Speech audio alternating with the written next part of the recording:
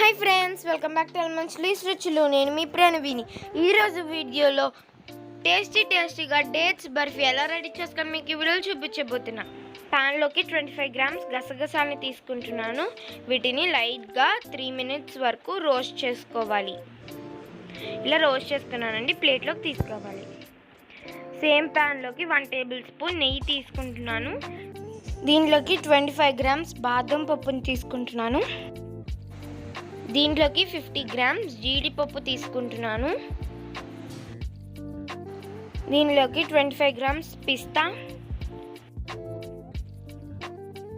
దీంట్లోకి 20 grams water melon seeds తీసుకుంటున్నాను.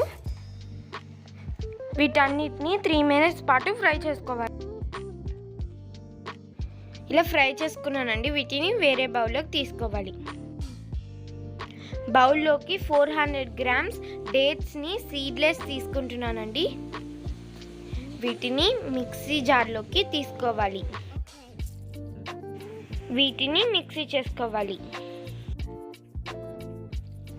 ప్యాన్లోకి 1 tablespoon ఘీ తీసుకుంటున్నాను. దీంట్లోకి ఖర్జూరాల పేస్ట్ని తీసుకుంటున్నాను. వీటిని లైట్గా మిక్స్ చేసుకోవాలి. వీటిని వేరే బౌల్లోకి తీసుకోవాలి. ఇప్పుడు దీంట్లోకి ఫ్రై చేసుకున్న మన పప్పుల్ని తీసుకుంటున్నాను. 1 teaspoon ఇలాచీ పౌడర్, ఫ్రై చేసుకున్న గసగసాలు వేసుకుని కలుపుకోవాలి.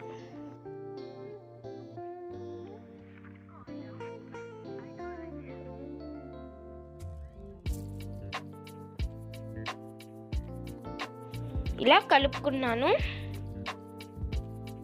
హ్యాండ్ మీద ఘీ అప్లై చేసుకోవాలి.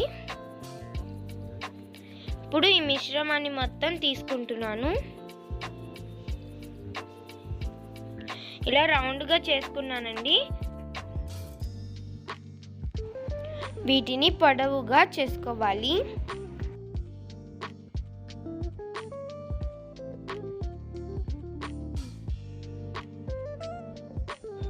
గసగసాలని ఇంకా పిస్తాని స్ప్రింకిల్ చేసుకుంటున్నాను.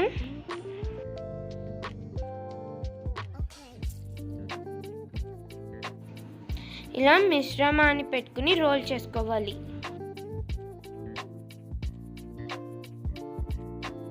ఇలా రోల్ చేసుకున్నానండి. ఇప్పుడు వీటిని ట్రయాంగిల్ షేప్లోకి రెడీ చేసుకుంటున్నాను.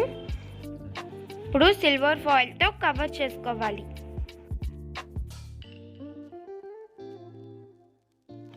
ఎడ్జెస్ని కూడా క్లోజ్ చేసుకోవాలండి.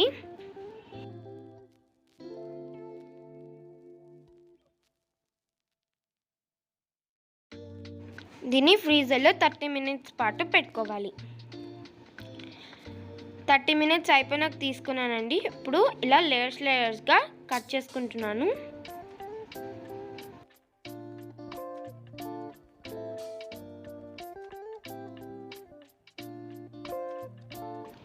ఇప్పుడు సిల్వర్ ఫాయిల్ని రిమూవ్ చేసుకోవాలి.